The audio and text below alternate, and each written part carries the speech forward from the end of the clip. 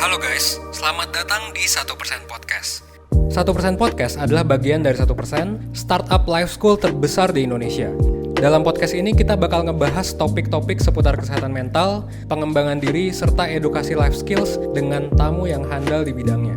Kami ingin kamu untuk bisa mendapatkan insight baru dan berkembang seenggaknya 1% setiap harinya. So that's all, enjoy 1% Podcast untuk hidup seutuhnya.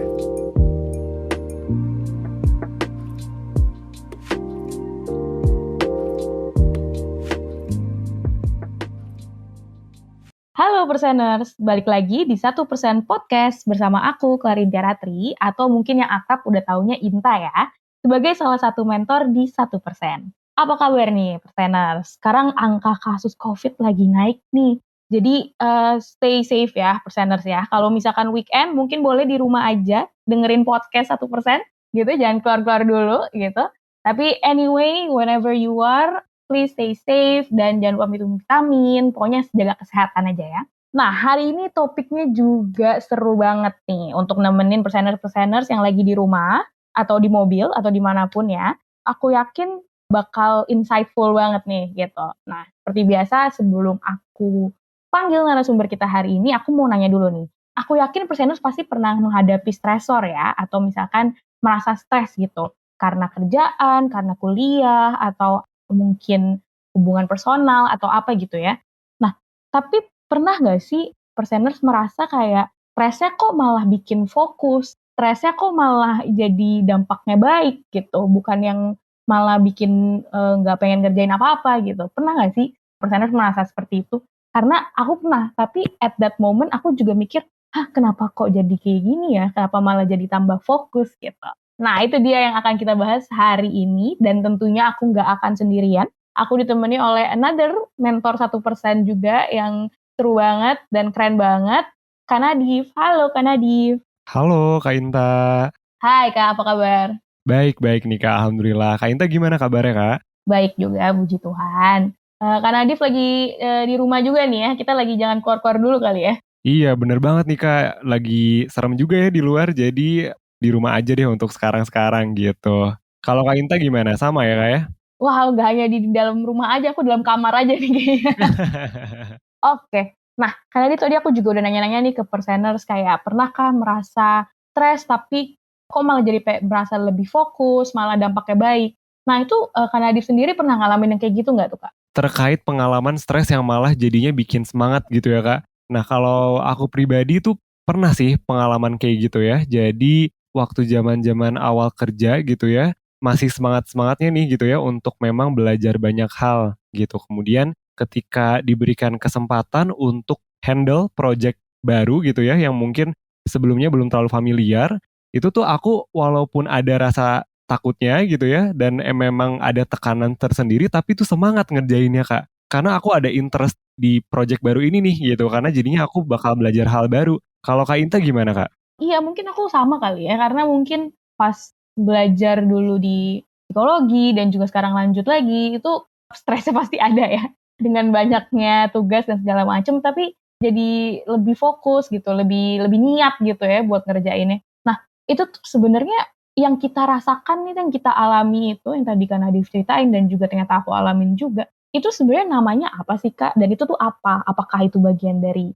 stres kah? Atau itu bukan stres kah? Atau gimana? Jadi mungkin tadi yang kita bahas itu mungkin kesannya agak-agak membingungkan ya, karena seperti ngebahas stres tapi kok kesannya positif gitu ya.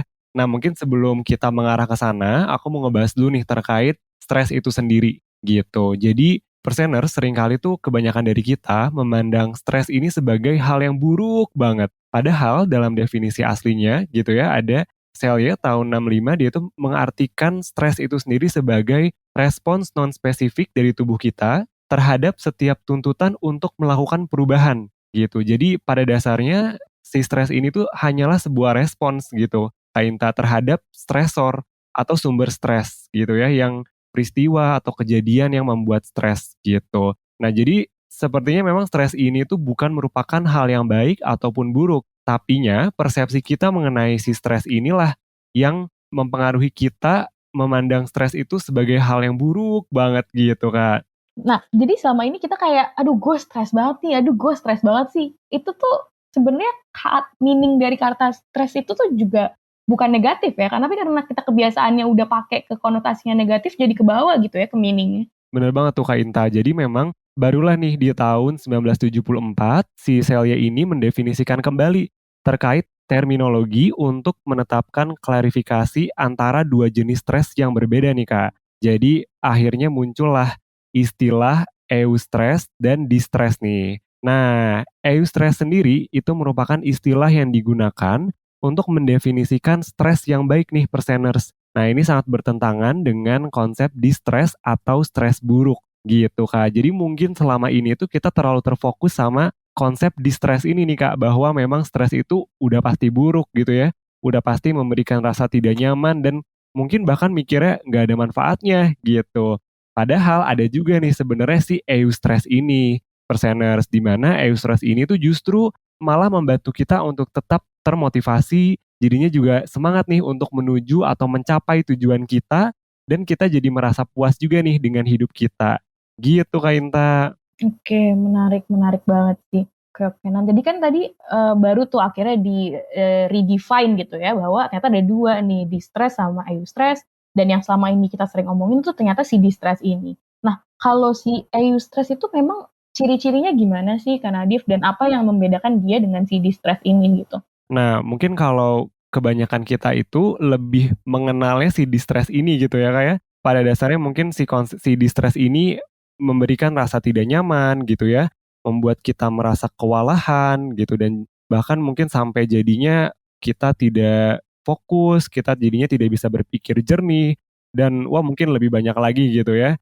Nah, kalau eustress itu sendiri, itu ada beberapa hal nih yang menjadi karakteristiknya nih. Yang pertama, itu dia itu hanya bertahan dalam jangka waktu yang singkat atau pendek. Kemudian si eustress ini tuh juga justru memberikan kita energi dan memotivasi kita nih. Selain itu, kita juga merasa stres ini tuh sebagai hal yang masih bisa kita atasi atau kita kelola gitu. Jadi merasa masih di dalam kapasitas kita gitu. Nah, bahkan ya yang menariknya juga, eustress ini juga justru memberikan rasa exciting gitu ya atau seru gitu dan juga pada akhirnya bisa meningkatkan fokus kita dalam bekerja atau melakukan suatu kegiatan gitu. Jadi memang eustress ini tuh ternyata bisa dilihat ya sangat berbeda dengan si konsep distress tadi. Ketika kita merasa eustress itu kita tuh jadinya malah lebih tergerak ya untuk bisa bekerjanya lebih fokus lagi gitu. I see I see.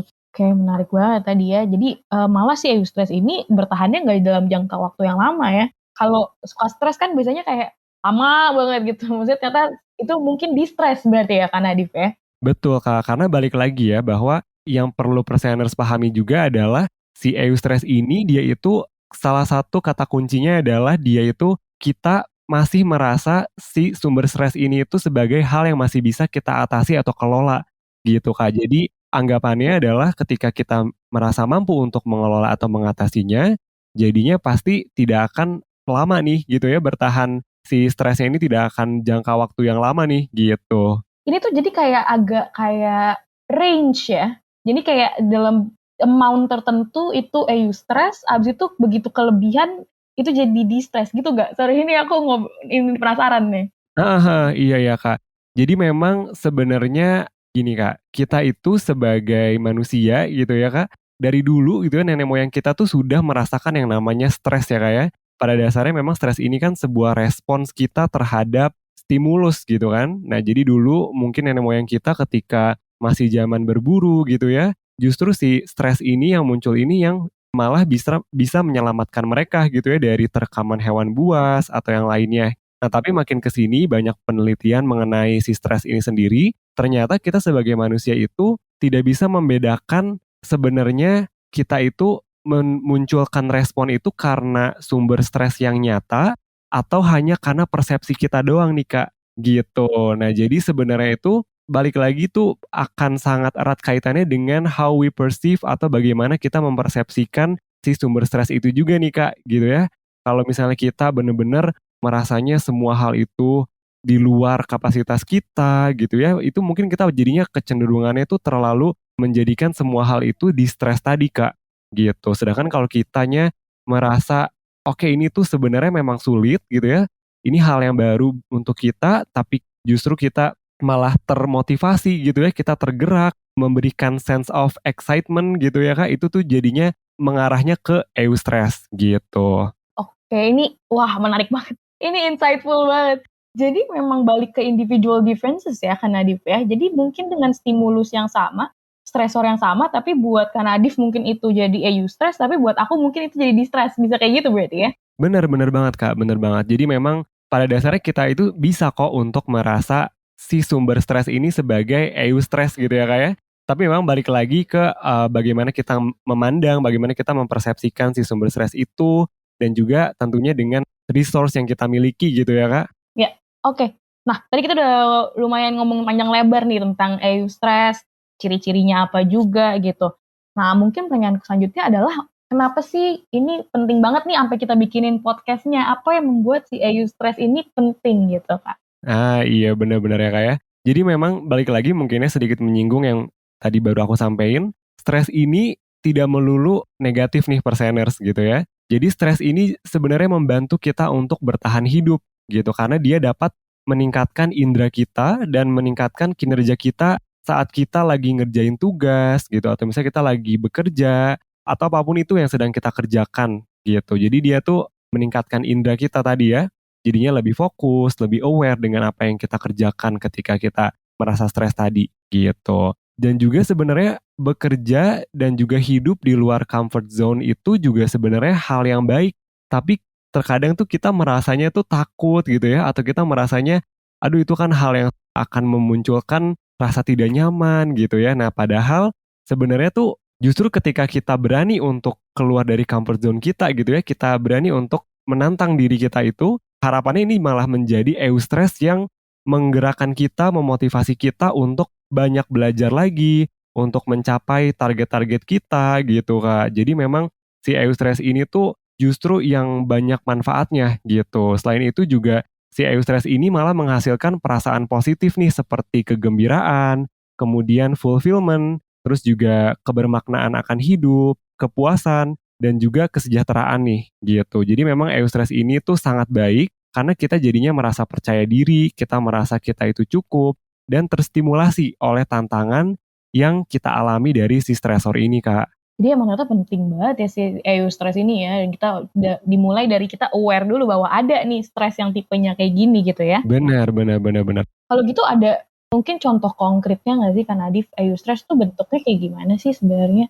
Nah, mungkin perseners di sini juga masih agak-agak bingung ya mungkin dengan konsep eustress ini gitu. Nah, jadi mungkin salah satu contohnya misalnya nih di tempat kerja kita misalnya mengambil project baru di mana project baru ini tuh mendorong kita untuk mau nggak mau nih harus mempelajari hal yang baru nih perseners gitu. Kita harus mau nggak mau mengasah keterampilan yang telah kita miliki dan harus belajar hal baru. Tapi project ini tuh sebenarnya kita suka banget nih gitu ya, kita merasa tertarik, kita merasa tertantang dengan si project baru ini. Nah, jadinya tuh kita muncul perasaan exciting tadi ya, walaupun kita sebenarnya deg-degan atau mungkin sebenarnya kita merasa cemas gitu ya dengan hal baru ini, tapi ada dorongan tadi gitu ya, dorongan untuk oke yuk kita kerjakan gitu. Nah, tapi tentunya ini harus dalam konteks yang tepat juga nih Kak Inta, dalam artian tentunya kondisinya itu harus menantang diri kita tapi tetap realistis. Maksudnya realistis tuh kayak gimana? Jadi misalnya si tenggat waktunya itu tidak ketat ya misalnya, jadi masih wajar gitu atau pada saat itu kita nggak lagi mengerjakan banyak proyek sekaligus gitu.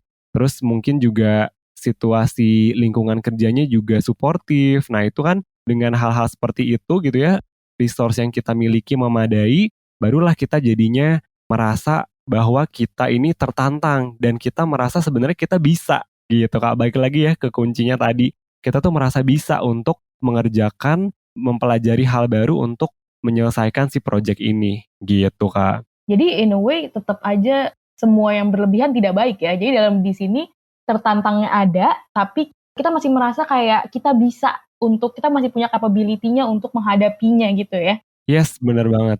Jadi mungkin kalau tantangannya juga nggak terlalu menantang juga nggak oke, tapi kalau misalkan terlalu sulit juga jadinya kita nggak merasa bisa juga jadinya jadi malah di-stres gitu gak sih? Bener bener banget, Kak. Kalau nggak menantang kita tuh malah jadinya kita mungkin ada kecenderungan menyepelekan mungkin ya, Kak, ya, kayak, "Ah, gini doang," gitu ya. Sedangkan ketika kita diberikan project yang bener-bener melampaui kapasitas kita, melampaui resource kita, itu sangat mungkin gitu ya, kita malah jadi di-stres gitu, Kak. Apalagi ditambah misalnya lingkungan kerjanya yang toksik, kemudian juga kita sambil ngerjain banyak project sekaligus gitu. Dan misalnya deadline-nya juga tidak masuk akal gitu ya. Nah itu kan juga jadinya sangat mungkin ya malah menjadi di-stres gitu. Jadi memang erat kaitannya juga dengan, kondisi lingkungan kita ya atau resource yang kita miliki gitu. Oke, oke. Tadi kan Kak Nadif juga udah sebut bahwa, oh ini balik lagi berhubungan ke bagaimana kita perceive atau kita melihat stresor itu sendiri. Nah gimana sih sebenarnya kalau misalkan ada perseners nih di luar sana yang lagi dengerin yang kayak, oh gue mau deh mulai melihat stresor gue itu lebih ke arah eustress nih gitu, nggak jadiin di-stress.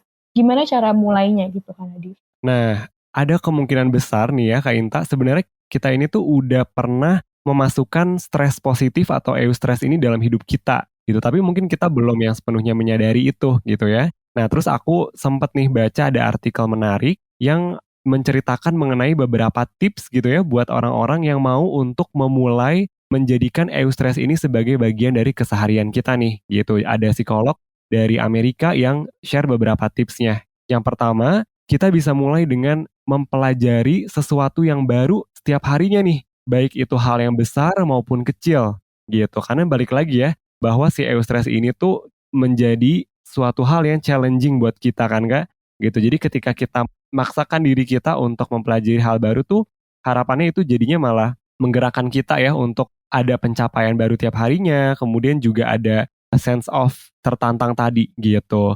Nah, kemudian juga bisa dengan mendorong nih diri kita untuk keluar dari zona nyaman kita, misalnya nih di tempat kerja gitu ya.